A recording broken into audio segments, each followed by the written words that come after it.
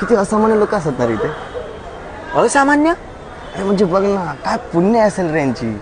ह्यांना देव दिसतो आणि ह्यांच्याच हातून आकार घेतो. असामान्य लोक.